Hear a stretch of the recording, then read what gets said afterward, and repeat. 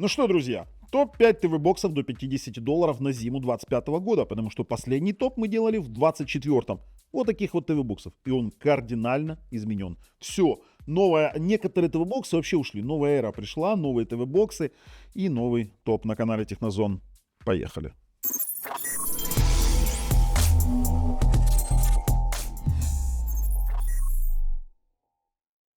Смотрите, ну, во-первых, подписывайтесь на канал, нажимайте колокольчик. Во-вторых, ребят, у нас вылетели некоторые ТВ-боксы, конкретно вылетели после нашей повторной перепроверки. И ссылки на все проверенных продавцов и плюс ссылки на обзор этих ТВ-боксов лежат в описании под видео. А теперь какие ТВ-боксы вылетели? Это сразу говорю, не буду томить, вылетели Вонтеры. Вонтер X3, Вонтер X4. Видите, что это? Это Вонтер X4. Я вот так вот могу сделать сразу его. Опа, он улетел. Знаете почему? Потому что мне начали поступать комментарии, что Вонтеры охренели и начали делать АТВ-версию, при этом просто-напросто ее сделав полностью нерабочей. Я сделал обзор, я доказательства выложу после этого топа через пару дней. Если его еще нет, то смотрите на канал, подписывайтесь, в принципе, все будет. Но что получилось? Они взяли Вонтер X4, взяли прошивку Slimbox, попытались удалить все упоминания про Slimbox и удалили нафиг. Оттуда аппаратные кодеки 65, 265, 264 АВ1. И он, само собой, просто не работает. Еще и греется, как зараза. То есть, за сколько лет выпуска, я сколько их продвигал в топы, я всем советовал, да, доработайте охлаждение, поставьте прошивку, и будет нормальный ТВ-бокс. Я уверен, что они что-то поправят, они сделают новую прошивку. Но извините меня, это уже хамство. За столько лет не доделать, поставить больше радиатор на пару миллиметров в ширину больше. Это бред. Это бред, поэтому он выбывает. Я вот когда увидите вот это вот издевательство, которое они сделали, при этом они сделали Вонтер X3, да, который классный, с 1000 мегабитным ланом, Вонтер X4 с 1000 мегабитным ланом, 905 X3, 905 X4 процессоры, все, и у них не было конкурентов до $50. Сейчас конкуренты есть. А вот теперь дальше. Давайте так. Есть одно внетоповое место. Начал вылазить вверх какого-то ляда перепуга Decolor GD1. Google сертифицированный, Android 11, на MLogic S905Y4 с AV1 кодеком 2х16. Нормальный стик. Когда-то делал обзор.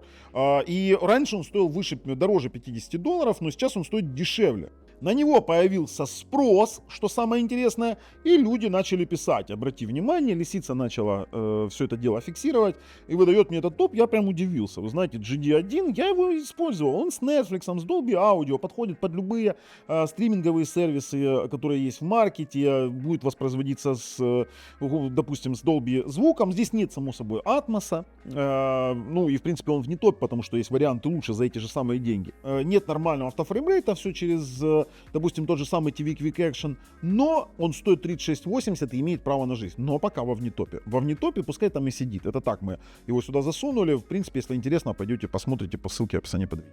А вот на 5-е место у нас начал подниматься Микулка M7 SE. Кому не нужен Netflix, но хочется из коробки до $50 рабочий Android TV интерфейс, родной, который сертифицирован, с память 2х32, MLogic S905Y4, Bluetooth 5.1 есть, AV1 кодек поддерживает, HDR10+. Слушайте, и это же еще видеостронговский ТВ-бокс, не тот, который там Микулы начали делать со Skyward, и там какие-то у них то есть факапы, то нет факапов, то развитие, то нет. Это старый Микул КТ1, я сделал обзор на этот ТВ-бокс, это старый Микул КТ1 с нормальным вот этим вот Bluetooth прикольным пультом, у которого там программируется через инфракрасную опцию еще кнопки дополнительные. И настолько он простой и стабильный с хромкастом, что вот он просто работает. Вы купили, просто работает. И люди начали писать какие-то положительные отзывы, тоже Лиса фиксирует, говорит, да слушай, растет, ну хорошо, топ-5, посмотрим, если пойдут плохие отзывы, вылетает к чертовой бабушке. Нормальный ТВ-бокс, посмотрите обзорчик, тоже рекомендуем, но выше 5-го места, уверен, не поднимется.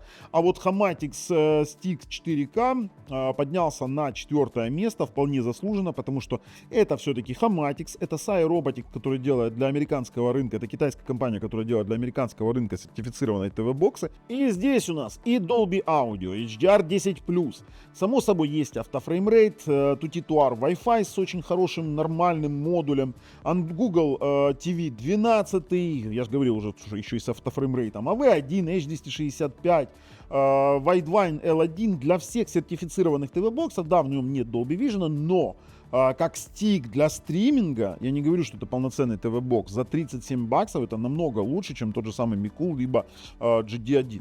Намного лучше, поверьте. Я его использовал, мне очень сильно понравился. Когда-то это вообще старый был Hamatix TV-стик, который был Full HD 1:8, и там просто была жесть. Когда они сделали этот апгрейд, мне прям очень сильно понравилось за эти деньги. Нормальный, можно брать. А вот тут наступает самое интересное. Третье и второе место. На третьем месте у нас вместо Вонтера приходит Tox 3. Когда он стал дешевле $50, то он не мог не заменить со временем Vonter X3. Потому что люди смотрят, ну смотрите, Vonter X3, а ну киньте в меня Vonter X4, даже допустим, Vonter X3 и Vonter X4. На Vonter X4 есть у нас Slimbox, на Vonter X3 есть у нас даже Югус прошивка, но Югус взломанный, древнючий, еще вторая версия, по-моему, какая-то там или первая, я не помню, вообще очень древний, даже номера уже не помню, очень давно было это все дело.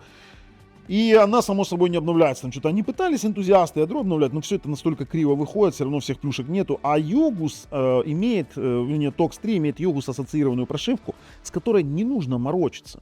Просто не нужно. Вам не нужно морочиться с охлаждением, вам не нужно морочиться с 1000-мегабитным ланом. Вы просто его взяли и смотрите. Нужен Android TV, вам не нужно его прошивать, поставили Android TV модуль. Тут есть все типы автофреймрейта, 3 типа по кнопке, есть полностью для всех приложений, есть которые через API Google. Ребят, само собой 4/32, полноценный процессор iMlogic S905X4. И когда он стал стоить меньше $50, это стал бестселлер. То есть в топе от 50 до 100 из несертифицированных, конечно же, будет Югус, X4, X4Q, X4 Pro, мой вообще любимый ТВ-бокс. А Tox 3, вот это вот то, что надо. При этом он поддерживает HDR, HDR10, HDR10+. Нормально. Хорошо. На втором месте Tanix. Tanix это вообще уникальный у нас получился ТВ-бокс в том плане, что когда-то, помните, был Tanix TX9S, который был на iMlogic S912, 8-ядерном, классный проц. Я так жалею, что он ушел, канул в лету. Его нельзя было переставать выпускать. Его нужно было развивать, нужно было поднять, допустим, тактовую частоту, этот 8-ядерный проц, там, давал фору любому. У него была классная вещь, что он без проблем работал с True HD звуком. Это было последнее поколение, когда не было проблем с True HD звуком. И этот Tanix тогда сделал такой фурор, в нем был только 2.4 диапазон, но был 1000-мегабитный LAN, и стоил он тоже в районе $20. Так вот, Tanix W2 на iMlogic S905 W2 процессоре, 5 ГГц Wi-Fi есть. Да, он не такой сильный и мощный, как хотелось бы. Но то, что за $25 вы получаете версию 4/32 ТВ-бокса, не сертифицированного, который просто-напросто работает, ну, извините меня, это правда. С 2/16 стоит $21, 22. Вы можете сюда поставить Slimbox, а можете вообще ничего не ставить. Если вам просто смотреть IPTV и ютубчик, ну, ребят, извините меня, это работает. И за такие деньги это самый дешевый ТВ-бокс в топе. Поэтому он, в принципе, на втором месте. С первым местом у нас там вообще сейчас передряга полная. Кстати, опять этот Вонтер улетает куда-то.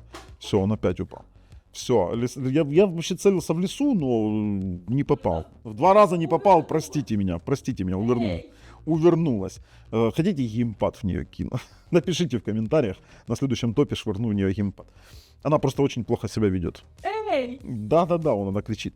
Короче, ребят, и с первым местом у нас получилась такая интересная вещь. У нас, получается, много месяцев, даже уже больше года в топе держится Xiaomi Mi Box S второй ревизии и Xiaomi Mi TV Stick 4K. Да, этот на iMlogic S905X4, Google TV, а этот на iMlogic S905Y4 на Android TV. И цена их приблизительно одинакова. И все они в топе сидят, потому что есть у них Dolby Vision с Dolby Atmos. Но дело в том, что смотрите, какая ситуация. Есть же PKP1. Если вам, например, не нужен Dolby Vision, у вас SDR телевизор, либо телевизор Samsung с HDR10+, либо телевизор с простым HDR, и не нужен вам нафиг Dolby Vision, то PKP1 будет получше, чем эти ТВ-боксы. Давайте так. Это Hamatix, по сути, только форматик KP1, то его просто-напросто Tanix взял и засунул в такой формат. Они купили тот же самый OEM с тем же самым Dolby Atmos, с Netflix сертификацией, с полной сертификацией DRM L1 для любых сервисов. 2 на 32, при том, что в этих версиях 2 на 8. У нас здесь есть Wi-Fi 5 ГГц нормальный, AV1 кодек, и он просто работает. Пульт, которым можно управлять дополнительно устройствами вашими дополнительными устройствами через инфракрасный порт, например, телевизор, либо звуковая панель, либо аудио-видеоресивер. Он шикарен. Тут написано Dolby Digital Plus, но они просто так пишут для того, чтобы не убивать продажи Hamatix, потому что в Hamatix Atmos и здесь Atmos есть. Он точно такой же, один в один. Если вы, кстати, живете в Украине, то там продается такой Nexon X10. Ну, не смотрите на цену, с промокодом Технозон можно купить дешевле, и там уже Android 12. То есть для жителей Украины, я ссылку в описании под видео дополнительно кину. Но в KickPi KP1 есть, еще на секундочку, кстати, Nexon с украинской гарантией. В KickPi KP1 есть автофреймрейт, Android TV 12, именно Android TV. Есть USB порты, есть LAN порт. Это полноценный TV-бокс, который тоже будет теперь делить первое место с Xiaomi Mi Box. Извините меня, вообще Xiaomi охренели. Сколько времени прошло? Где обновление обещанное? Где обещанный автофреймрейт в Mi Box и в Mi TV стике? Если бы энтузиасты не пилили сторонние прошивки, не взламывали бутлодер и все остальное не делали, то, извините меня, он бы уже загнулся бы давно. А Xiaomi пофигу. Xiaomi пофигу, им легче потом запилить Xiaomi TV Box в таком же формате, на той же плате, поставить 905X5 процессор и ура, новый TV Box. А то, что он будет точно таким же, ну об этом же никто не думает. Памяти хотя бы хранилище с 8 до 16 расширили, потому что когда обнова прилетает, надо удалять приложение. Да, тем не менее он является бестселлером, и до 50 баксов это единственный полноценный нормальный вариант с Dolby Vision. В общем, ребят, смотрите мой обзор, ссылки в описании под видео. Я свой топ сказал, пишите комментарии. А с вами был Бабл на канале Технозон. Пока.